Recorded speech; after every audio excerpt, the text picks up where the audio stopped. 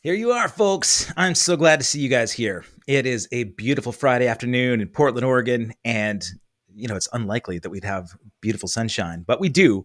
Hopefully, wherever you're at, you've got some sun too.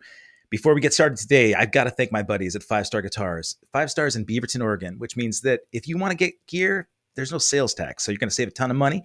And if you hit the link below, 5starguitars.com/all access live, enter the promo code of all access 15, you're going to save 15% on top of that deal. So, 5 Star Guitars, thank you guys so much. I also want to pimp JENNIFER BATTEN. She's got her Guitar Cloud Symposium coming up tomorrow, where she, Dyson from Prince's band, and Jason Fellman from Portland, several other people are going to be promoting the opportunity to learn how to get the good gigs. So, guess who knows how to get the good gigs? My next guest, I'm going to take him on here in a second. You know him from Ozzy Osbourne, from Journey, from Hardline, from Bad English, everything. Paul Rodgers, the list goes on. We've got him for a short time. This dude is the king of overcoming adversity. So I'm going to bring him live, my buddy, DEEN CASTRONOVO. How are you, my friend? Yeah, I'm glad to see you, man. Yeah, look at this. You're one of those few people that I know that can wear a beanie, but you're not covering up the loss of hair, man. You've still got a good you got a full head of hair. Yeah, man. I know that we're short on time, so I'm going to jump in right away and talk about your new project. You sent me tracks from The Rise Above, and a lot of people might not even know about this project yet, right? But this is pretty amazing. So you want to tell me about the lineup and what that gig's all about?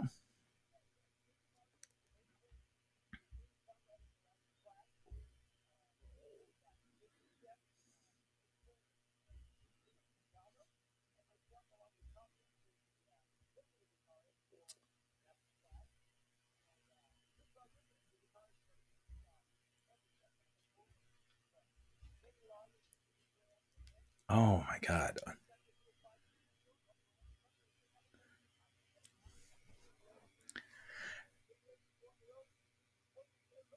Dude, so what is up with that, man? How can you do benefit concerts right now with COVID? Are you able to just isolated?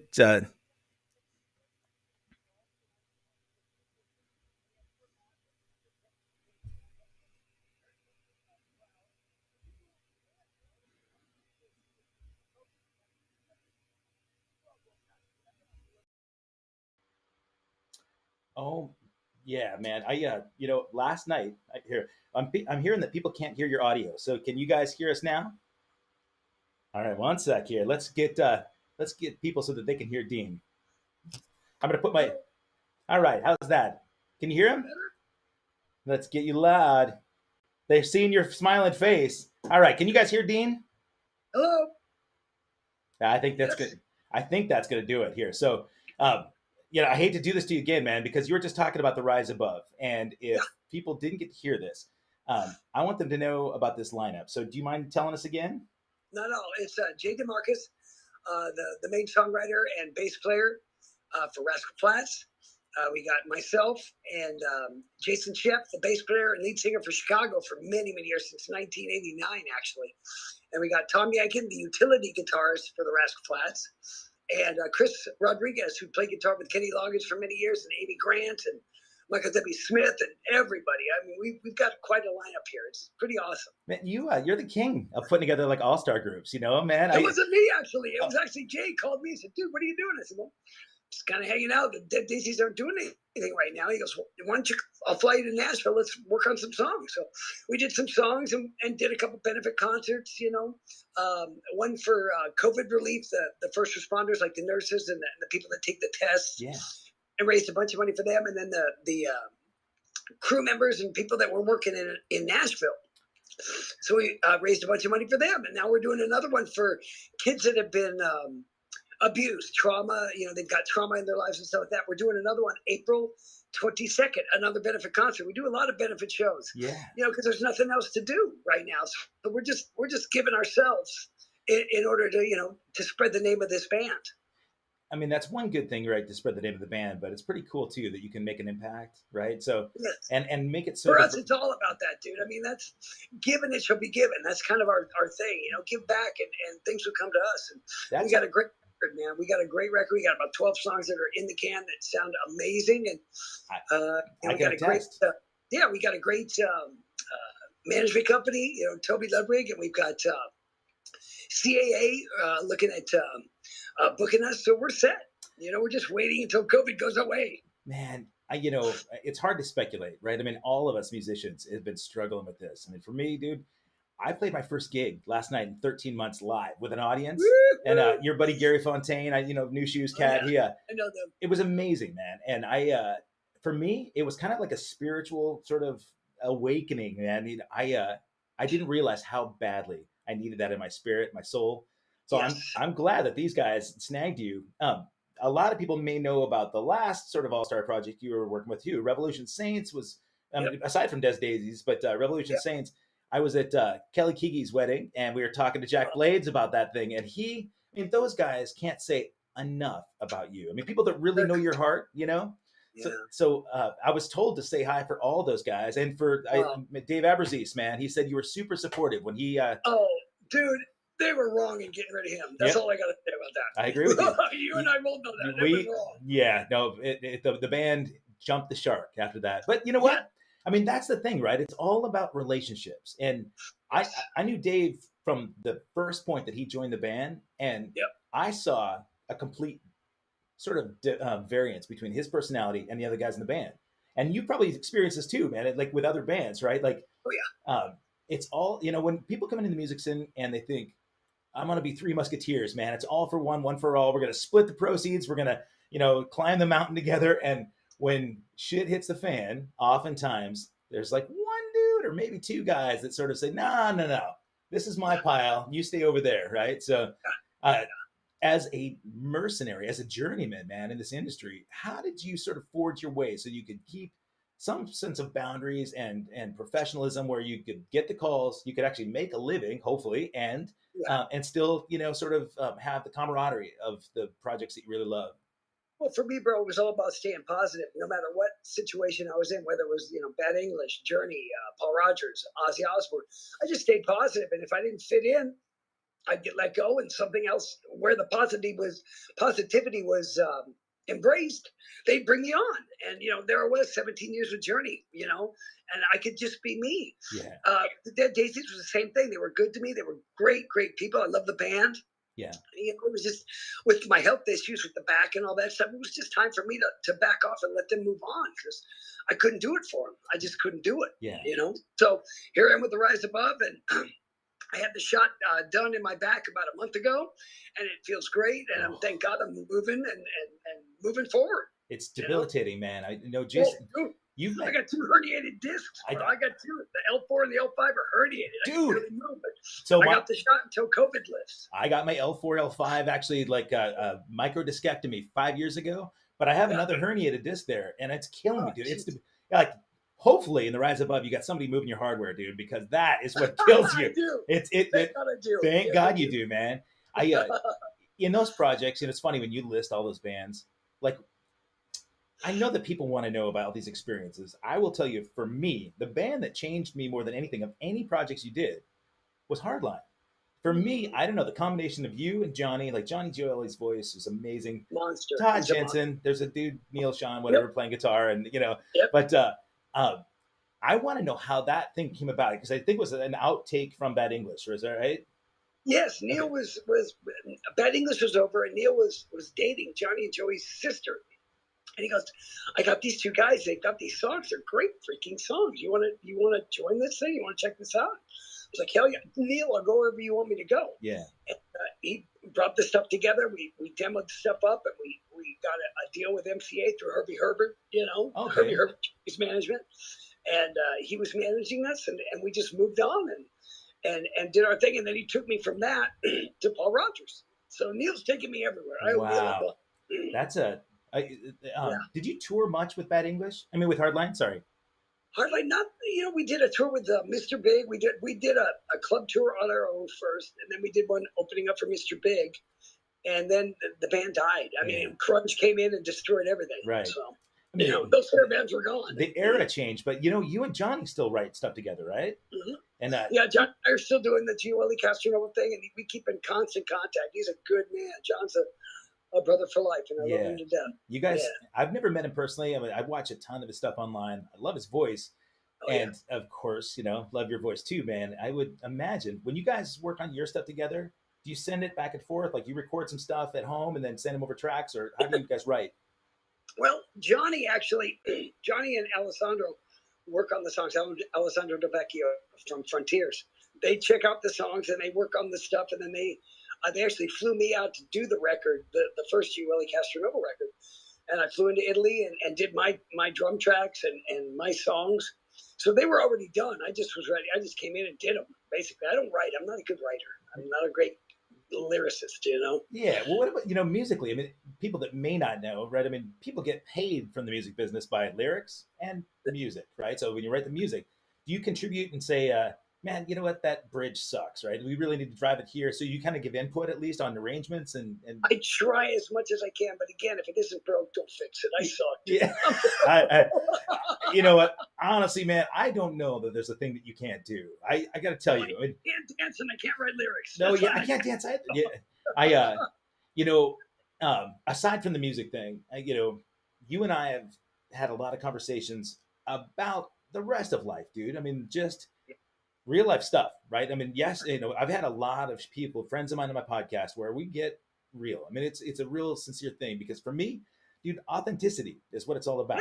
And I found that I had to be really vulnerable. I had to sort of acknowledge that I made a lot of mistakes in my past, and I got a lot of atonement, and I'm really trying to grow from this thing.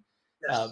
You've had several different life shifts, right? I mean, like, people that know, and maybe people that suspect, but tell me about like shifts in your life where you felt like, made decisions, or at least made a change in your life. Like, right now, I mean, you're working on a massive sort of wave of re-emergence, I mean, so tell me how you work on that, where those points in your life came. Well, I'll tell you what I'm doing right now is pretty heavy. I've been on pain medication on and off for like a year and a half because of this back issue, and I flew to Grand Rapids, Michigan, to meet with my sponsor and to detox off of these pain medications, because I'm telling you, not being on these on and off. I mean, to get off of these safely, you can't do it alone, man. Yeah. I mean, you try, and it's gnarly. Yeah. So I'm in Grand Rapids detoxing right now as we speak. Oh, God. Pain medication, man, because I've been on so long. Once I got the shot, it's like, I don't need these anymore. But how do I get off the pain meds safely and effectively? Good. So I talked to my sponsor, and he talked to his sponsor. My sponsor's got like 10 years clean. He's awesome. Yeah. Like, fly out here, we'll get you off these things. And that's where I'm at right now. I'm getting off of these pain meds as we speak. Man, I'm feeling a little rough, dude, but I'm here. I'm here and I'm doing it because I don't want to be on that crap anymore. And it was prescribed or not. It's a drug, and it's something that, even though they were prescribed to me, and I was giving them to me, in the doses that were prescribed. Yeah. Been on them for a long, long time. Dude, okay. It's time to get off of them. You and I both know, because we are two very much alike men. Yes. It doesn't matter if they're prescribed. It doesn't matter if it's drugs, alcohol, women, whatever, man. Monkeys, whatever. It doesn't matter. Like, too much is never enough, right? And that's what our mind goes to, right? And I'm really glad that you have found a way to get. I mean, you have to ask for help. You can't do it alone.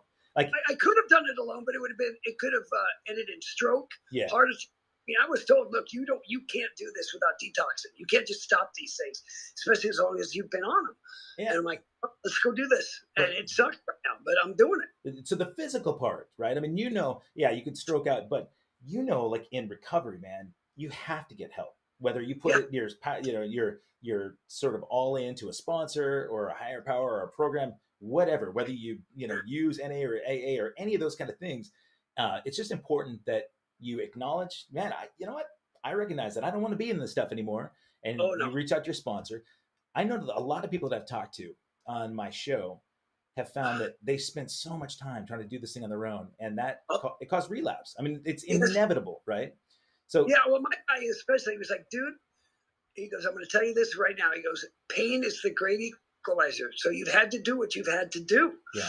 But now you don't have that pain and you have to wait until the surgery. The best thing you can do is to get off of these things now. Yeah. So I told him yes. I left on Tuesday. I got in on Wednesday, and here it is Friday, and I'm feeling like it. But I'm here. Man. I am so grateful that you made it, man. You know, it takes a lot. And guys, if you're out there watching, if you don't understand how difficult that is right now for him to be here, it's a freaking honor, man. It's amazing. I didn't mention this before, and if I could take a second, just tell these people that are in the chat. Everybody's like saying, "I miss your face." I don't know if you can see the chat, but they're like, people talking about when they saw you and Ozzy, how it changed your life, the songs of Ozzy and Black Sabbath. You know, first, please, guys, if you're here and you haven't yet, subscribe to this channel because I'm going to archive this. You're going to go back and you're going to dig into Dean's words because what you might find is that. But you got to get help. You can't do this alone. I don't care who the hell you are. You cannot do it alone. I'm telling you, you can try, but it sucks. Yeah, man. You know what? And it holds you accountable, right? And you got somebody to go back to because it doesn't just go away. You know, it's hard later on. So, but if you guys go back and you watch this again, listen to Dean's words because there are some really life-changing things. And this dude has seen it all, man. You know, like I will say, okay, I don't want to say all because then that just like limits you. There's a lot of living left for you to do. But for me, I recognize, okay, there's tons of shit I'm worried about that I have no control over, right? 95% of the stuff that gives me anxiety is way out of my control.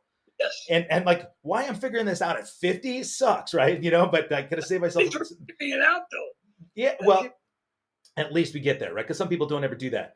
Tell me, man, because now you got not a lot of living, you're gonna get your back issues squared away, and you're gonna get back out there. I would imagine that the Rise Above is gonna get out there and do some touring. You're always on sort of records. I mean, everybody's got you on records that a lot of people would never know. You're like the sort of silent Aronoff, you know. You're the guy that just plays on millions of records. But I want to know about outside of music, man. What are some of the things that you'd love to check off? Those things to cross off your bucket list. Well, you know, for me, it really, believe it or not, it's family and grandchildren and children. I realized that 5 years ago when all my hell hit. You know, it's like what's the thing that matters most to me, and it's family, dude. Yeah. Because all these bands and all these fans, as much as I love you guys, and they'll fall away, but my family will always be there. You know, my father passed away 1.5 years ago, and that really screwed with me. Yeah. And I realized even more that, you know what, that this is what's most important. So for me, being with my grandkids, my kids, and my girl, and you know, that's the most important thing. Man. Yeah. The rest of it, I'm gonna die, and the legacy I'll have is my kids and my grandkids loved me, and I was the best father and grandfather I could be to them. You know, man, you went there ahead of me. I oftentimes ask my guests, you know, what you would love your headstone to say, or what your kids might see as your legacy. I knew that about you. I mean, your kids have meant the world to you since I've known you. They make me cry, dude. Don't make me cry now. Well, you're gonna make me cry, man. I know what you told me. Is it okay if I mentioned Kyle? Like, you know, Kyle's this one, you know, Dean's son that is just this incredible musician. The dude, there's nothing he can't do, and he's one of those guys, right, that holds you accountable, right? He has taken a look at that. Came in here. He's like, Dad, you need help. You can't do this alone. And I looked at him and I cried. Yeah. And he was like, we made the call together to my sponsor. Said, let's get out here. Yeah. It was he and my ex-wife and my girl Shell, Deidre, all of them. They all were there for me. God, man. That gets them out, bro. You know what? Man, I mean, thank God for your kiddo, you know, and for your sponsor. There's people that are watching in the chat, they have no idea the amount of difficulty you go through in trying to beat addiction, to beat substance abuse, especially when, man, you grow up in the heart of it where it was a rite of passage, right? I mean, it was like, it was a badge of honor. You did button, yes. Yeah. Yeah. And I didn't start doing blow until I joined Journey because I couldn't afford it. Right. I mean, I couldn't afford it. Yeah. You know, when I joined Journey and I made money, it was like, oh, it's on. Let's try this. Yeah. You know, yeah, pretty rough. Man, it's amazing to me, you know, to watch people's adversity that they overcome. Man, I mean, right now during COVID, every person on the planet has been affected in some way. You know, there's not one person. So it's easy if like you and I are sitting in our home and we're just thinking about being off the road for 13 months. First world problems, right? I mean, my God, somebody is not going to cry that, Dean and Kevin didn't have a chance to go play an arena show last week, right? But you know what? I mean, since everybody has had some kind of challenge, whether you're a business owner or, like you've got a family and your kids are having to figure out how to go to school on a computer without any kind of interaction with their peers or teachers, like the world has turned upside down. And Yes. and you talked about pain being the great equalizer for people to sort of see what they're capable of, what they're made of. This pandemic, if any silver lining could come of it, it's kind of like an opportunity you've done to take a look at your kids, your grandkids, your family, and say, what's most important? When I'm on my dying breath, my family is the only the only group that's going to be there. The people that came and saw me with Ozzy, sure, they'll have great things to say about me, but they're not going to be there holding my hand, right? As I'm on, and That's right. do you tell them often, your family?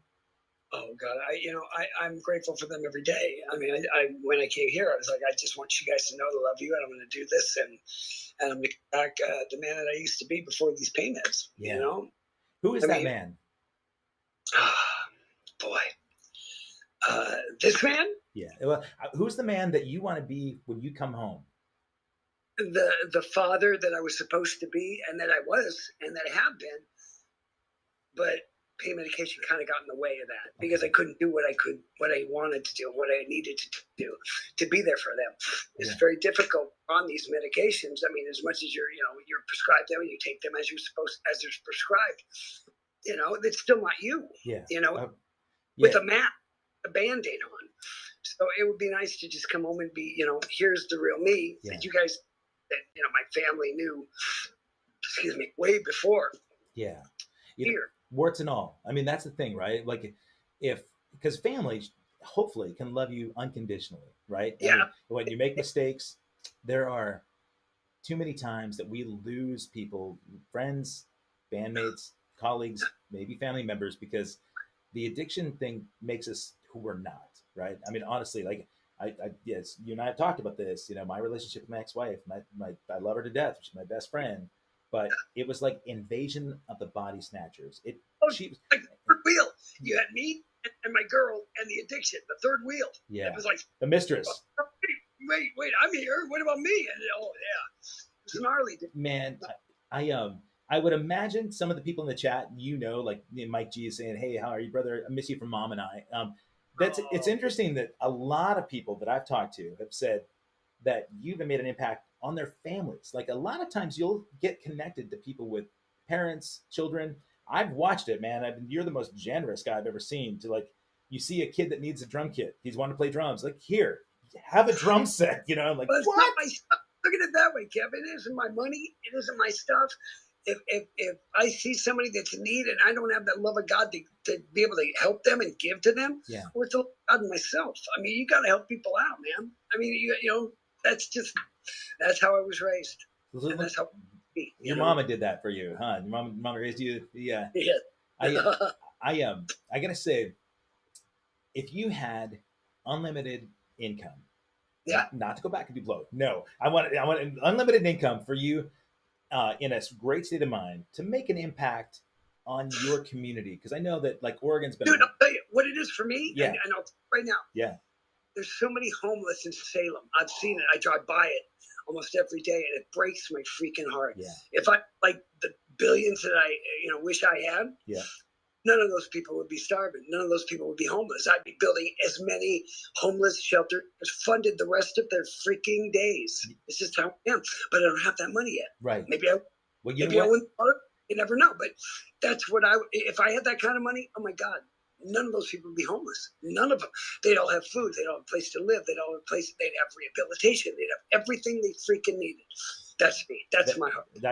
I know that about you. And actually, homeless is a really close thing in my life too, man. I'm sure in Portland. Come on. But I mean, I started an outreach about 6 years ago, right? And we tried to do as much as we could. And I shared online the other day, there was a big news article about Portland and the pandemic and how things changed.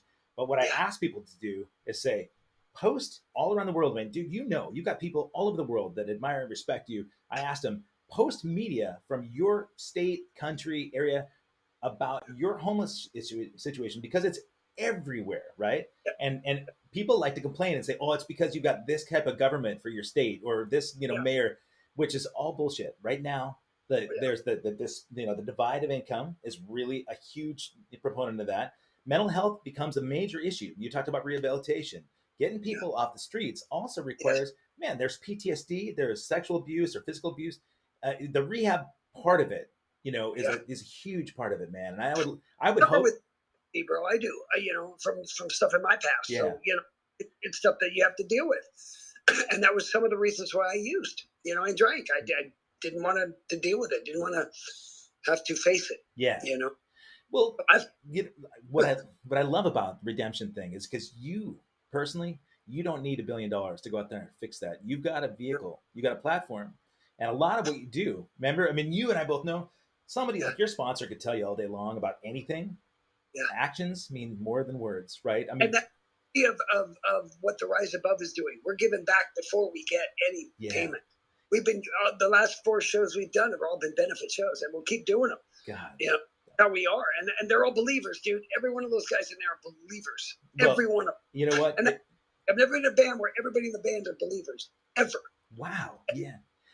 I mean, there was a real strong spiritual connection you had with Jonathan Cain back in the Journey thing too. I know that he was Paula, his wife, was a big minister. Is that something that's been sort of newer in your life, or had you always been sort of driven towards spirituality? Always. And religion. Okay. I mean, when I was at Wild Dogs, I came out to Christ, and then I joined Tony McAlpine's band and joined Bad English. I was a Christian all through that time. It was when I joined Ozzy, and I started, I got fired from that gig, and I started using the gig because I was just heartbroken. Yeah. Yeah. So I had like good 12 years of sobriety, serving God, and then boom. As soon as I got booted, it was like, well, where's God now? Yeah. I mean, with him, I took my hand out of God's hand. So I started smoking weed, and then started doing blow, and then it just elevated into where I was, 5 years ago. Yeah. Pretty rough. Man, I mean, I've got to see you at your best and your worst. And yes, sir. One thing that is that I would never judge you, right? I mean, because I come from, similar sort of like... we've been there. We hunt the same canyon, is what my friend Jeff Buhner likes to say. And there's a lot of beautiful living that we have to do, and so it's easy to get caught up in the struggles, man. Just think, how the hell can we get out of it?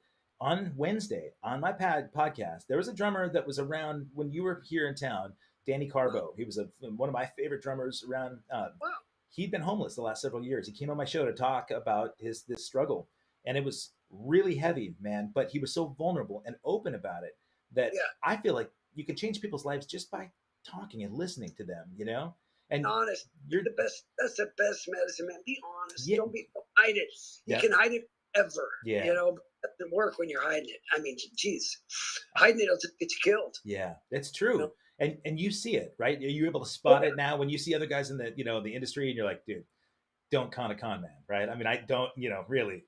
I've seen you and I both know that. I look at it and just go, bro, you don't have to do this. Yeah, right. And just in a daze. Yeah. They're just days. So let's talk about fun stuff. No. I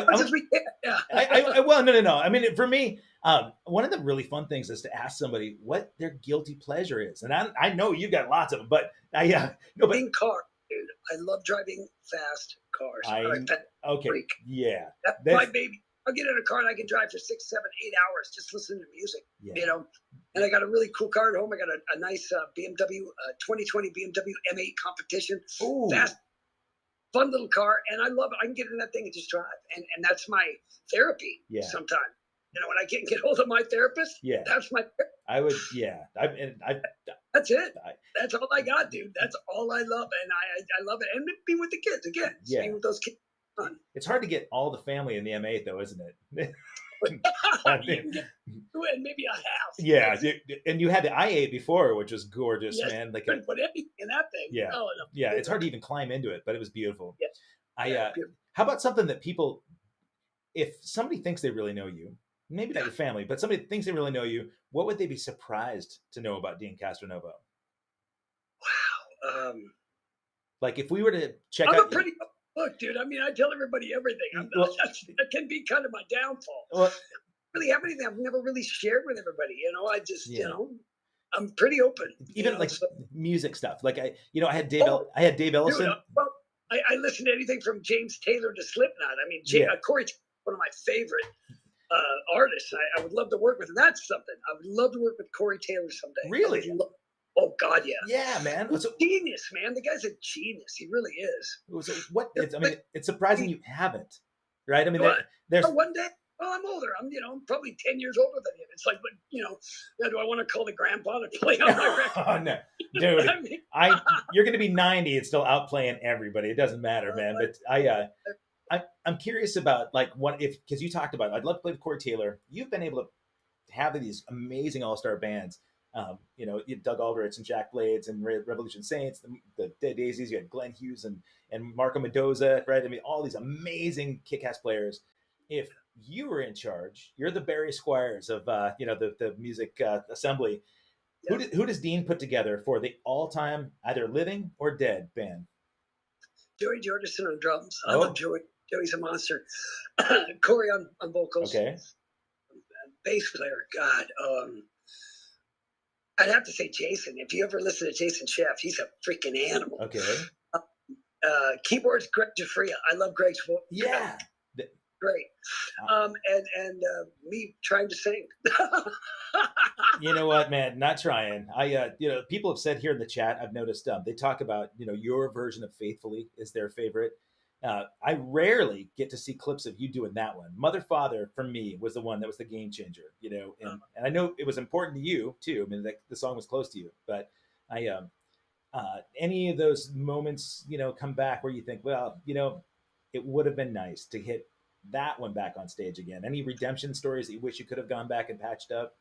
I would love to work with Journey again, but also I'd love to work with Steve Perry. If he ever needed a drummer / background vocalist, I'd do it in a heartbeat. Yeah. But yeah, Journey, I mean, that was my baby. I mean, I was with him for 17 years. Yeah. Before that, to me, they were family, but business is business, and you got to do what you got to do. That was chapter 1. Yes, sir. That was chapter 1. You're in Grand Rapids, Michigan right now. Yes. Putting together pages for chapter 2 of Dean Castronovo. Yes, so sir. Here's what I'm going to ask of you. When you get through this phase, get your back surgery scheduled, and the Rise Above comes out with this record. Yes. I want to bring you on with the guys. I want to have them talk about that experience of the recording. I'm really proud of you. I really am, man. I mean, for all sorts of reasons. But hold on. What? No, I didn't tell anybody I was leaving. Just my girl and my family. I said, look, I'm out. I'm going to go do this. So, and my sponsor, Leonard Meisner, who's on Twitter with me and stuff. He's a brother. I love him to death. Good. He's a sponsor and a real friend. And a brother. Yeah. So I got him, bro. Yes, definitely. We'll bring those guys on. You got it, brother. And when you come back, let's hit a meeting. Let's hit a meeting. Let's do it. I want to. I love it. All right, so I'm gonna pause for a second because Dean's gonna say goodbye. I might have somebody say hi to you real quick because she's gonna talk a little bit about her next thing. I got Jennifer Batten here. No, yeah. Jennifer's got her deep dive event happening tomorrow. She has a Guitar Cloud Symposium, and so we're gonna talk about that in a second. But I want her to at least say hi to you. Yeah, I'm She's in there. She's just hidden down at the bottom there. Hi, Ted. Hey. Yeah, I'm thrilled to be able to say face to face. I saw you. Oh gosh, I don't know how long ago, and your voice knocked my socks off. It was the best thing of the evening. And now I'm not hearing him. Oh, technical difficulties. Oh, Jesus. Okay, what could it be? What could it be? I hear nothing.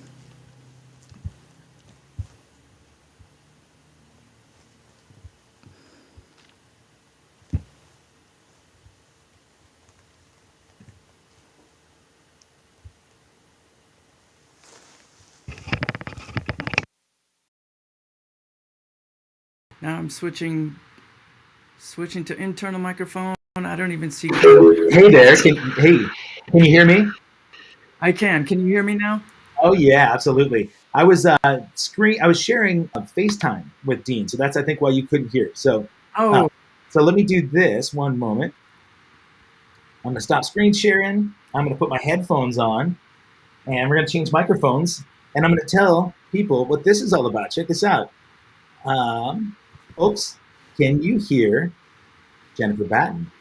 Testing, testing, 1, 2, 3, 4, 5, each Nissan she go.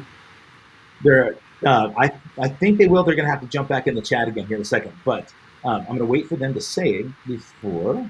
Hold on, one sec. Can you hear Jen? Oh, they can. All right, so ladies and gentlemen, all the way from the Guitar Cloud Symposium, the illustrious guitarist from Michael Jackson, Jeff Beck, and her Tribal Rage moniker. She's got an incredible organization of professionals. So let's hear what the deep dive thing is all about tomorrow. Yeah, this is, gosh, what is it? Number 7 we did. August, October, November, December, January, February, March. This will be number 7. I launched an online guitar symposium last August, and it's been a hoot, and it's just growing like crazy. You keep putting fertilizer on it, and every other month we're doing a 1-day deep dive, and that's what's going to happen tomorrow. And I've got 5 business pros, starting with Kat Dyson, who played with Prince and Cyndi Lauper and Zucchero and all kinds of people. In fact, I'm going to be triggering videos for her, little video clips that she's going to talk about. And she was on stage with Henry Rollins. Oh my God! You know, and Sarah McLachlan, and she's just one of those people that gets the calls, and she steps up to the plate. She's such a super pro. Has been playing since she was born, really. And in my mind, I think she could cut just about any gig. So between her and Pete Thorne, who played with Chris Cornell, Melissa Etheridge. In fact, he invited me to a Melissa show many, many years ago. He was in my band for a hot minute when he was a student at GIT.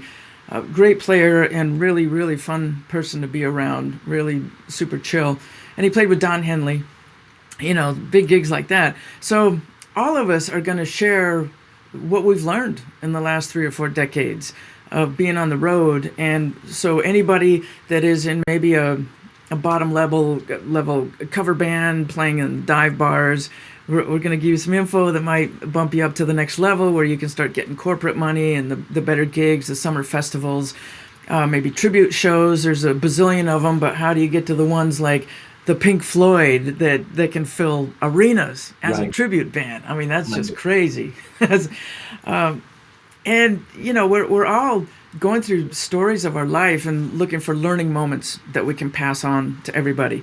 And Jason Fellman, who we all know and love, has been my agent for a couple years in the Northwest, and just owns the tribute scene for miles around here, and does an annual festival called Hair Fest that he can bring 5,000-6,000 people will come for the weekend to hear any tribute band, from Heart to AC/DC to, I don't know, Def Leppard. I'm just pulling names here right at this point. No, it's good. Yeah, and it's just, he's one of those guys that he knows what it takes to promote something. He had his own advertising agency for quite a while. He's a drummer. He plays in a Journey tribute band. It's great. And I've seen him speak before.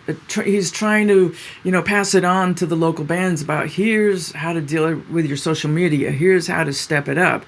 So I just wanted to bring him to a bigger stage.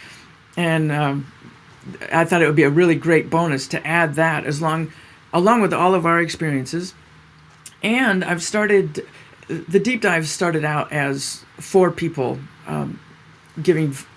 The deep dives are a single focus.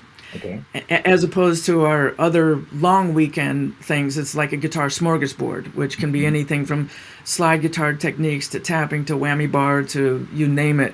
But this is a single focus with different people telling their side of it.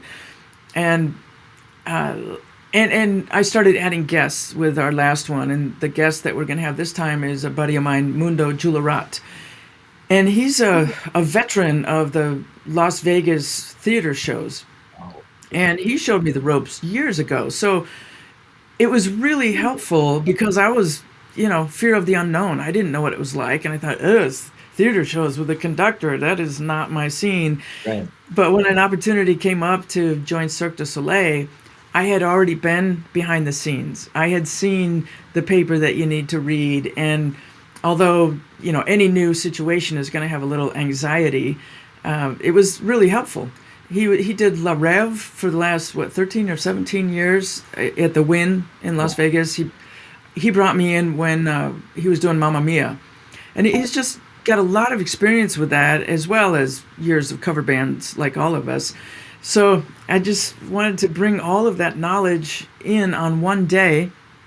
And the end of registration is tonight at midnight. So jump on over to guitarcloudsymposium.com if you want to hang. It's 9 o'clock in the morning Pacific time. Put on your seatbelts and we just go. We have little breaks between instructors. There's a lunch break midday. And then Vicky Genfan, who is always on our long weekend events, wonderful acoustic tapper guitar player, is going to do a Qigong yoga kind of 15-minute body movement midday after lunch so we don't all end up in a food coma, because there's a lot more to give. Yeah. and there's each instructor has about an hour, and then plenty of Q&A time before the next instructor starts. And at the end of the day, we do a group Q&A for everybody. Oh, wow. So it's, there's a lot of instruction online, a lot of how to do this, how to do that, but there's not the interactive stuff. Right. Where, I've got a question about that. You didn't explain that good enough. I want to ask another angle of it. Well, we're here. It's live, right. And I think this is the future of getting together. I've had people as far away as New Zealand. In fact, the New Zealander is going to join us tomorrow. Okay. I had a woman from Zimbabwe. We've got a guy from Holland that comes every time. And one of the things I did not expect was how often the alumni come back. I mean, some of them have been to every single event, so that just tells us we're doing something right and giving people something that is needed, especially now in lockdown. Yeah. Well, even after lockdown, right? I mean, people, when they're not dealing with a pandemic, we know that musicians spend a ton of time on YouTube trying to transcribe or figure out what somebody's doing. You might get lucky, right? If you see JENNIFER BATTEN doing Flight of the Bumblebee, like tapping, and think, God, I'd love to know what she's doing in that one part, and you put a comment in a thread in YouTube, and millions of lines down. Good luck if Jennifer is going to get a chance to see it and respond with a reply. But in this opportunity, I could see that this kind of thing is going to go long past the pandemic. I could see you doing this with professionals, and you're so widely respected in the industry. People know, your shit. You're not just an amazing player, but you're a good communicator, and you've assembled a team of people that come from different angles. So each time you've got new people that you bring into the symposiums. I know that when I jumped in at the last one, when you had the sort of Q&A session with Lisa Zappa, that blew my mind. It was amazing information and just so endearing the way he just would answer these questions openly. And Steve Vai, the one before too, you've got these incredible pros who are willing to share like priceless information. It's kind of like this master class that you could possibly get if you were, deep in university, but this is just a one-day thing where the commitment is 8 hours, right? And yeah. 9 to 4:45, unless we get inspired and go straight up to 5 or longer. God, man, what else are you guys going to do tomorrow, right? You guitarists are not out there gigging. You're going to try to learn how to get a good gig. Go to JENNIFER Batten's show, her event at guitarcloudsymposium.com, right? How about you as far as gigs go? Or do you have any things booked now and sort of in the future? Yeah, okay. I've got 2 weeks in the UK in August, and my local cover band is we have a gig on the books July 9th. So we're starting to go, Yeah. We're helping everybody else get prepared for things opening up, and it's in the backyard as well. Right. Yeah. There is no comparison playing with tracks at home and playing with the band live. It's a whole other muscle, and you think you got it together till you hit the first note and go, maybe I should have put more time in on this. Yeah. I had a gig last night, my first live gig with an audience in Fantastic. 14 months, and I dropped a stick two notes in. Honestly, I was, we were on this tiny stage, and Gary Fontaine's on my shoulder right here, and it was this blues shuffle, man, and I just missed the hi-hat. Stick dropped out, and I just looked at it going, what the fuck? Yeah. But yeah, that's just where I've been, right, for this last year. But I know that my spirit was healed last night by No playing shit. with Yeah. people, you know. But I'm, you know, I think it'd be great as people get this information from you, and they'll get to see kind of just a sort of a glimpse of what your longer symposiums are all about too. So when is that one booked? You've got something that's booked in. The next one is April 16 to 19. We do just a 2-hour orientation on the Friday night. Then Saturday and Sunday, it's put on your seatbelts, content. And then the Monday night is the rap party where we have a special guest. And in April, it's going to be Steve Lukather from Toto. And it's going to be off the charts, of course, because that's who he is. Right. You know? Yeah. I mean, and I tell everybody that's signing up, please be sure to listen to his audio biography on the audiobook version because he reads it. And man, it's just so eye-opening, and you realize what a child prodigy he was because he was recording on people's records in his late teens. He was the studio guy. I didn't know that. Wow. Oh, he started very early, playing with Lionel Richie and all those pop records there. And it was the Porcaro brothers that loved him, and that, it was a family, so that's why they ended up forming Toto. But it was Session Cats before that. Okay, man. See, I feel like I just got part of the symposium just right here, a little music history, But you know what, dude? This happens every time, and I don't know if it'll ever stop happening. But I put so much more information together than I can ever do in an hour. Yeah. And I know I'm going to bump it into maybe 70, 75 minutes, but there will be Q&A time before the next people. I mean, Jesus, how many years I've been on the road? Decades. Yeah. We've all been on the road. And there's just so much to talk about. And Mundo's so cute. I talked to him a while ago about joining us for something. And I don't know anybody else that could talk about being in the theater shows. He has prepped 3 hours worth of material. And it's just a Q&A. So it's just like, that's his backup if people are shy to ask questions. He's got tons of stuff. Well, you know what? Maybe that's just a little taste, right? It gives people a taste sure. of what will come later. And they get materials too, right? Don't you have stuff they can take away? Yeah, everybody's going to walk away with probably PDFs for this. Mm-hmm. For the long weekend, you'll get charts and graphs and videos. And actually, another thing that I do is I offer a once a month free Zoom chat for alumni. And I moderate it. At some point, there will be enough people. I can just open up the meeting and people will know each other already. But I asked in the last one, are we overloading you guys? And 2 people said, yes. There's so much stuff. Each instructor has a folder, and inside the folder, there are more folders and more folders. So we had a meeting about it. We're just learning what works. Right. And I know for me, if I'm overloaded, I might just run away. But if I have little, you can get this done in a month, then I said, I'm talking about how we prepare too much stuff, and I'll do that with my PDFs too. I go, I'm talking about intervallics, so I've got 25 licks. Well, I can't get through all of them in my session. Right. So I need to just start pulling the ones out that you're not actually going to be involved with in the session and save the other ones for next time. So we're learning, and we do a survey after each one too. What did you like? What did you not like? There's in the long weekends, there's 16 different modules. So people in the survey can choose any module that they liked.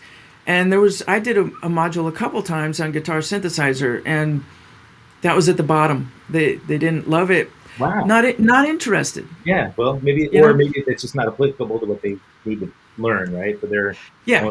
Yeah. So for now, I pulled that out and I got something else in. That's cool. It's very helpful to get feedback from people. But in fact, I just got a draft of a promo that we're going to put out. In the last orientation, there's so many people that have been to all of them that it turned into a testimonial. The orientation is so people can learn about each other. Yeah. But there were so many great things people said, it's turning into a promo video now. So I'll be dropping that next week. Cool. Yeah, it is certainly a huge success. I mean, I'm proud to see that your idea about just kind of changing course. You and I had our conversation here on All Access about overcoming adversity through the pandemic, trying to do something to shift gears so that we can still pursue our passion, communicate a message, somehow be tied in the music business. And yeah, man, now how many? You've had four symposiums so far? Seven, Wait, like with including deep dives. including the deep dives. Yeah, Yeah. yeah, okay. And I just think, you know, people that are there know that they've gotten like, a 4-year university's degree worth of that and more. They're not going to find, pros like you guys giving the real behind the scenes scoop on it. It's not just the dirt on, what it was like playing with Michael Jackson. They're learning, how did I play this music? How did I get the gig? How, and fundamental things, right? So Yeah. I could have had you and Dean on. You could talk about how to get the gig. Dean could talk about how to fuck up the gig. Joe, he'll say it first, So I know how to fuck up a gig too. But he had mentioned some of them. It's a tough business, and any way you can get a leg up and make some kind of difference, this is the way to do it, man. Guitar Cloud Symposium. That's it. Yeah. I mean, all of us have had such different experiences that what we have to offer is yeah, a lot of the life lessons is when we got our ass kicked or when we were challenged and how do Yeah. we deal with the challenge? How do we get through it? Like, I don't know if I'm going to get to this, but when Jeff Beck first called me, of course my ego went out, couldn't fit through the door. And then the next 10 minutes I'm going, he has no idea how many times I had to punch that line for my record. I'm a fraud, right? And in fact, he sent me 3 or 4 songs to work on that he was working on for the new record. One of them was like this classical piano thing, and I knew he wasn't going to have a piano player. And I'm like, so many times I just wanted to pick up the phone and go, "You got the wrong girl," you know. He wanted you to play the piano part on guitar. He wanted what? He wanted you to play piano part on a guitar, or was he? Well, he's not much of a leader. It's just like this is the music I want to do, make it happen. And at first he was perfectly happy to have me only play guitar on the gig, and I go, "That Ed is not going to cut it." So then I took it upon myself to really dig into guitar synthesizer because 30 years of Jan Hammer, Tony Hymas, Max Middleton, you can't recreate that on guitar. You could do it and it would be different, but not in my book. I think people would really miss that backdrop. Plus, then you got the 2 guitar frequencies battling, right? When you have keyboard, it just opens up a piece of the pie for guitar to just swim in it. So I'm really glad that I did that. And boy, I only wish that Fishman had invented the triple play system at that time because it's so much quicker. Yeah. Back in the day, it was okay for pads, but to try to solo with those sounds was just a latency nightmare. Really, it's like using Zoom to do group chats. Right. When just as you were coming on, Dean was leaving. I was talking to him about putting together like his sort of bucket list band, and he went metal. He went like Slipknot guys. You had mentioned just as you jumped on, you wanted to tell him how much you appreciate his voice, and that is what just blows my mind. Not only is his drumming phenomenal, he's probably my favorite drummer to watch. I love the way he looks when he plays. Okay, but his voice makes me cry. Right when he does those tunes, it's he's got all the inflections of Perry, and he's got a little rasp, which I'm a big. I got the boner for raspy lyrics, and so I and even his other projects too. There's stuff that's just we all sort of identify and they get close to us. If you and Dean were out there putting together a project, who could you see pairing up with him? Interesting because Mark Scherer, the last record that I did, the singer was trying to put a band together, and he wanted Dean in the band. Ultimately, no money, so it didn't happen. Right. Gosh, I bring back people from the dead for one. Jocko, Okay. Oh my No, God. okay, I got it. Mohini Day. All right. Wow. You, Dean, Mohini Day, and would you have Dean play and sing? Oh yeah. Yeah. I saw Journey at the amphitheater with it was Tower Power, Steve Miller. It seems like there was another band there too that was great. But Arnell is a fantastic singer, but I prefer Dean. Yeah. It seems like a bird. It's just such a pure tone. And I'm a sucker for guys that can sing high anyway. Yeah, me too. Me too. I mean, Arnell, he got the gig because he was doing it karaoke and he hits the notes. It's just the inflections are weird. And, Hmm. but Dean grew up as, like just worshiping Journey, right? That's all, Steve Oh, Smith I was didn't know his, that. yeah, Oh, he was a massive Journey fan. So I think he was singing that stuff even back in his early metal days, ah, working with like, with McAlpine. And you, by the way, speaking of shredder guitars, you had Greg Howe on your last symposium too, and I missed it. So, oh, what's he doing now? he's hanging out in Oklahoma. Of all the states to be hanging out, that it must be some family or something. I don't Wow. know what his plan is. I think he was planning to buy a house somewhere when the pandemic happened, and so he's just kind of parked there for a while. But another thing I didn't expect is the people, some alumni are paying it forward. So that was somebody paying it forward by offering a free guitar lesson with Greg Howe, and it was one of our students from Mexico City. There's a mild mannered woman that if you talk to her, you would have no idea that she could shred, you Mm, know. So she won that, and there's another angel that has offered up a scholarship for tomorrow. wow. If anybody listening is into it, interested in a scholarship, I just ask that you contact us at guitarcloudsymposium.com and say why. Yeah. Yeah, that's a great thing, man, because if you can give somebody this opportunity where they can really benefit their life, they can enhance their capabilities and continue to pay that stuff forward. I mean, it'll pay off in dividends. So Yeah. I'm proud of you. I'm excited to see how this goes. So, folks, if you haven't yet, get over there, hit that bookmark that's right below Jennifer, guitarcloudsymposium.com. Hit it. Let her know that you're interested, and you can sign up for the April 16th longer symposium as well at that point. So I really want to thank you for being here. And I want to thank Dean for coming in when he was really not feeling great and he still was a champ about it. I want to thank all of you guys in the chat for being here and watching the show. If you haven't yet, please subscribe to this link below, youtube.com/all access live with Kevin Rankin. You're going to get this episode archived and 168 other episodes filmed since March. How's that for content, Jen? You can't beat that with a stick, Yeah, bro. and it's all free. But yeah, no. So subscribe. Next week we've got some cool ones coming up. If you were a big fan of the '80s movies, Diane Franklin from Better Off Dead and Last American Virgin and Bill and Ted's Excellent Adventure, she'll be on. Coming up, I got Tawny Katane, everybody's favorite Jaguar climber, and Rudy Sarzo will be on the first. And then just announced, I may as well just pimp this as well. See if I can just share the graphic.